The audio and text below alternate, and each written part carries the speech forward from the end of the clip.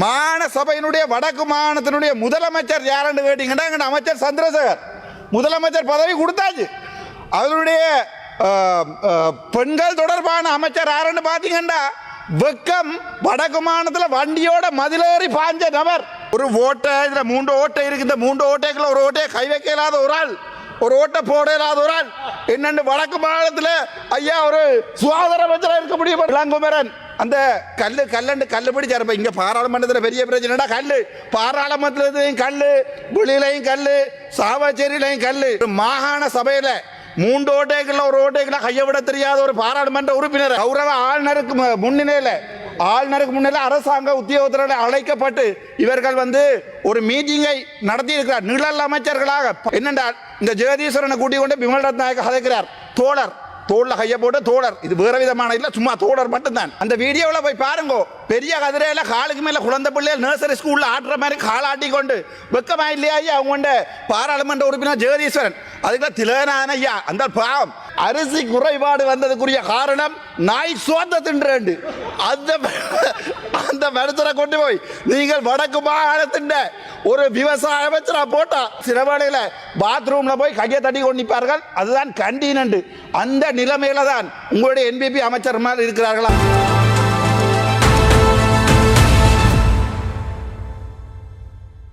Jegatheeswaran MP இருக்கிறாரோ தெரியாது. நான் நினைக்கிறேன் இப்போ சிடிபி சேர்மன் கதிரையில் போய் வவுனியாவில் இருக்கிறாரோ தெரியாது. என்னண்டா ஊழலை நிப்பாற்றம், ஊழல் இருக்காதுன்னு சொன்ன அரசாங்கம் வெக்கம். நான் கேட்குறேன் கோல் பண்ணி, ஆனால் நீங்கள் சிடிபி சேர்மனை பக்கத்தோட சின்ன கதிரையை நிறுத்தி போட்டுலாம் இருத்திருக்கிறீங்கன்னு சொல்ல எனக்கு கதிரையை தான் தெரியாதுன்னு சொல்கிறார் வவுனியாவில்.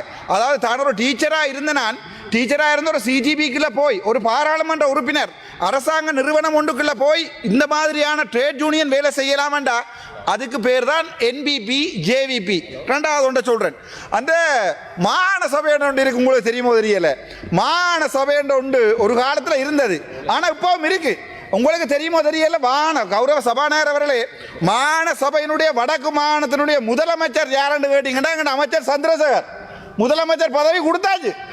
அவருடைய பெண்கள் தொடர்பான அமைச்சர் யாருன்னு பாத்தீங்கன்னா வெக்கம் வடக்கு மாகாணத்தில் வண்டியோட மதிலேறி பாஞ்ச நபர். பாராளுமன்ற உறுப்பினர் யாழ்ப்பாணத்தை சேர்ந்தவர். பெண்கள் உரிமை அமைச்சரவை பத்திரம் போட்டு கொடுத்துட்டாங்க. அது பரவாயில்லை.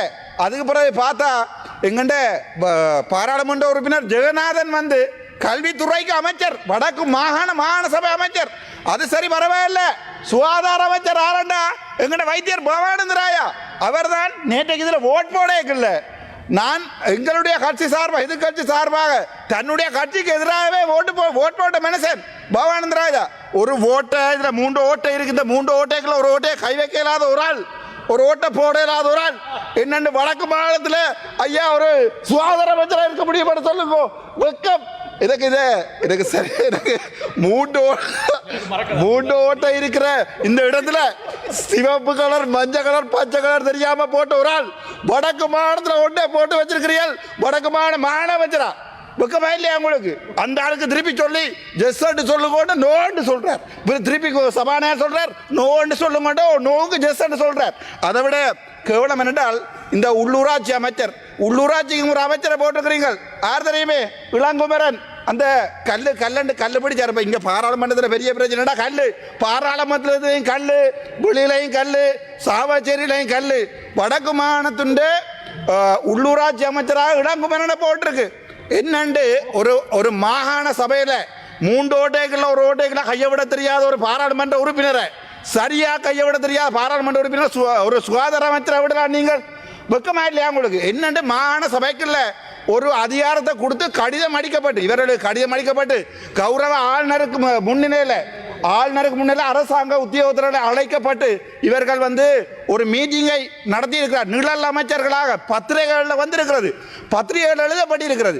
இந்த அரசாங்கம் தாங்கள் ஒரு மாகாண அமைச்சர் பயம், அங்க அர்ச்சுனா வைப்பான் பயம், அவ்வளவுதான். வடக்கு மாகாணத்தை மட்டும் வைக்க சொல்லுங்க, ஏழுமண்டா வைக்க முடியாது. ஏனென்றால் அங்கே அர்ச்சுனா மாகாண சபை எலெக்ஷனுக்கு நீங்கள் இங்கே இருந்து விட்டாலும் சரி, விடாலும் சரி, நான் போய் கேட்பேன். அந்த பயம். ஆனால் என்ன கவலை என்றால் நீங்கள் வடக்கு மாநிலத்தில் வச்சிருக்கிறது இப்படியான ஒரு 3 ஓட்டைகளுக்குள்ள ஒரு ஓட்டைக்குள்ள கையை விட தெரியாத ஒரு பாராளுமன்ற உறுப்பினர், சிவப்பு கலர் பச்சை கலர் தெரியாத நிறக்குறைபாடு உள்ள ஒரு ஆள். இதன் என்னண்டு கண்ணில் நிற குறைபாடு உள்ள ஒருவர் என்னென்று வடக்கு மாநில முதலமைச்சர் வர முடியும் என்று சொல்லுங்க ஐயா. அது பரவாயில்ல. என்னென்றா இந்த ஜெகதீஸ்வரனை கூட்டிக் கொண்டு பிமல் ரத்நாயக்க கதைக்கிறார். தோளில் கையை போட்டு தோழர், இது வேற விதமான இல்லை, சும்மா தோழர் மட்டும்தான். தோழர் எங்கண்டு அரசாங்கத்தில் யாராவது யாருக்கு எதிராக ஏதாவது நடவடிக்கை எடுக்கிறதா, ஊழல் இருக்கிறதா, தெரிஞ்சாக்களுக்கு அப்பாயின்மெண்ட் கொடுக்கிறதாண்டு ஐயா வீடியோட நன்றி ஐயா. வீடியோவோட போட்டிருக்கேன். அந்த வீடியோவில் போய் பாருங்க. பெரிய கதிரையில காலுக்கு மேல குழந்தை பிள்ளைகள் நர்சரி ஸ்கூல்ல ஆடுற மாதிரி காலாட்டி கொண்டு வெக்கமா இல்லையா ஐயா அவங்க பாராளுமன்ற உறுப்பினர் ஜெகதீஸ்வரன். அதுக்குள்ள திலகநாதன் ஐயா அந்த பாவம் அந்த ஆளை பிடிச்சு போட்டிருக்குது. ஆடு மாடு நாய் தொடர்பான அமைச்சராக என்ன கவலைண்டா அந்த திலகநாதன் என்றவர் தான் சொன்னவர் இலங்கையில அரிசி குறைபாடு வந்ததுக்குரிய காரணம் நாய் சோத்த தின்று. அந்த மனுஷரை கொண்டு போய் நீங்கள் வடக்கு மாகாணத்தின் ஒரு விவசாய அமைச்சரா போட்டா நாளைக்கு எத்தனை மாடு மாட்டு நடக்கும். இந்த வடக்கு மாநிலத்தில் புல் இல்லாத காரணம் முழுக்க மாடு என்று சொல்லி முழு மாட்டையும் பிடிப்பாங்க. ஏற்கனவே குரங்க பிடிச்சு கடைசியா நாயை பிடிச்சு கடைசியா மாட்டை பிடிக்கிற எல்லாம் மேல ஆட்டை தான் சொல்லுவாங்க தமிழ்ல ஐயா. ஆட்டை கடிச்சு மாட்டை கடிச்சு கடைசியா எங்களை கடிக்கிறேன். ஆகவே இது ஒரு மிகப்பெரிய வெக்கம், மிகப்பெரிய அவமானம். அதை விட நான் உங்களுக்கு கொண்டு சொல்ல விரும்புகிறேன் என்றால் இந்த அரசியலமைப்பு மாற்றத்தை கொண்டு வரான்னு நீங்கள் சொன்னீங்கள். எனக்கு அது சந்தோஷம். இந்த அரசியலமைப்பு மாற்றத்தை கொண்டு வரான் இந்த பிடிஎஸ்ஐ எடுக்கிறேன்னு சொல்லி சொன்னீங்கள். எனக்கு என்ன கவலை என்றால் ஒரு குறைஞ்சது ஒரு மாகாண சபையை வைக்க பயப்படுகின்ற ஒரு அரசாங்கம் இன்றைக்கு எதிர்கட்சி தலைவரை பார்த்து கேட்குது தங்களுடைய அனுரா மீட்டர்ல 65 வந்திருக்கண்டு. அது மாறி ஐயா. அது 65 69 69 பொசிஷன் ஒன்று இருக்கு. அதை மாதிரி இவர்கள் 65 பார்த்துட்டாங்க. அதனால தான் இவங்களுக்கு அது 65 69 65 தெரியுது. அது 65 இல்லை 69 அது அவங்க இருக்கிற பொசிஷன். ஆகவே முடிக்கிறேன். இவரை காரணம் தப்புறே தான் ஏனிசா மீ நான் உங்களோட மன்னிச்சுக்க உங்களோட ஒரு அன்பாக கேட்டுக்கொள்கிற சபாநாயகர் அவர்களே தயவு செய்து அந்த இருக்கிற 3 ஓட்டைகள்ல ஒரு ஓட்டையை சரியா பார்த்து விடக்கூடிய ஒரு சுகாதார அமைச்சரை வடக்கு மாநிலத்தில் ஆடு மாடு நாய் சோறு திண்டா நாட்டில் சோறு இல்லாம போகாதுன்ற விளங்குற ஒரு விவசாய அமைச்சரை தயவு செய்து உங்களோட புண்ணியம் கிடைக்கிறது வடக்கு மாநிலத்தில் போடும் என்றால் இது ஒரு பெரிய வெட்கம். இப்படியான பாராளுமன்ற உறுப்பினர்கள் சில வேளையில பாத்ரூம்ல போய் கையை தட்டி கொண்டிருப்பார்கள். அதுதான் கண்டீனண்டு. அந்த நிலைமையில தான் உங்களுடைய என்பிபி அமைச்சர் மாதிரி இருக்கிறார்களாவே தயவு செய்து இந்த நிழல் அமைச்சுகளை இல்லாமல் பண்ணி அதை நாங்கள் அங்கீகரிக்க மாட்டோம். அதில் அரசு ஊழியர்கள் இருந்து எல்லாருமே சிரிப்பார்கள். அதிலையும் இவர்கள் போகின்ற போது விழுந்து ஆவே தயவு செய்து உங்களுடைய பாராளுமன்ற உறுப்பினர்களிடம் இந்த கனவுகளில் மிதக்காம வெறியில் மிதக்காம நிஜ வாழ்க்கைக்கு வரும்படி அன்போடு கேட்டுக்கொள்கிறேன். நன்றி. எங்களுடைய நாட்டுக்கு இறக்குமதி செய்யப்படுகின்ற உருளைக்கிழங்கு பெரிய வெங்காயம் போன்ற பொருட்களுக்கு அதைவிட 62 உணவுப் பொருட்களுக்கு மேலதிகமாக 62 உணவுப் பொருட்களுக்கான வரி விதிப்பு சம்பந்தமாக இன்றைய இந்த விவாதம் அமைகின்றது. உங்களுக்கு தெரியும் எங்களுடைய நாட்டிலே வடக்கு மாகாணம் என்பது வெங்காயம் உருளைக்கிழங்கு பயிர்ச்செய்கையிலே ஒரு பாரிய பங்களிப்பை கடந்த காலங்களிலே செய்த ஒரு மாகாணம். ஆனால் அந்த மாகாணத்திலே இப்போது இந்த பயிர்ச்செய்கை பல விதத்திலும் பாதிக்கப்பட்டு ஒரு நலிவுற்ற செய்கையாக இருக்கிறது.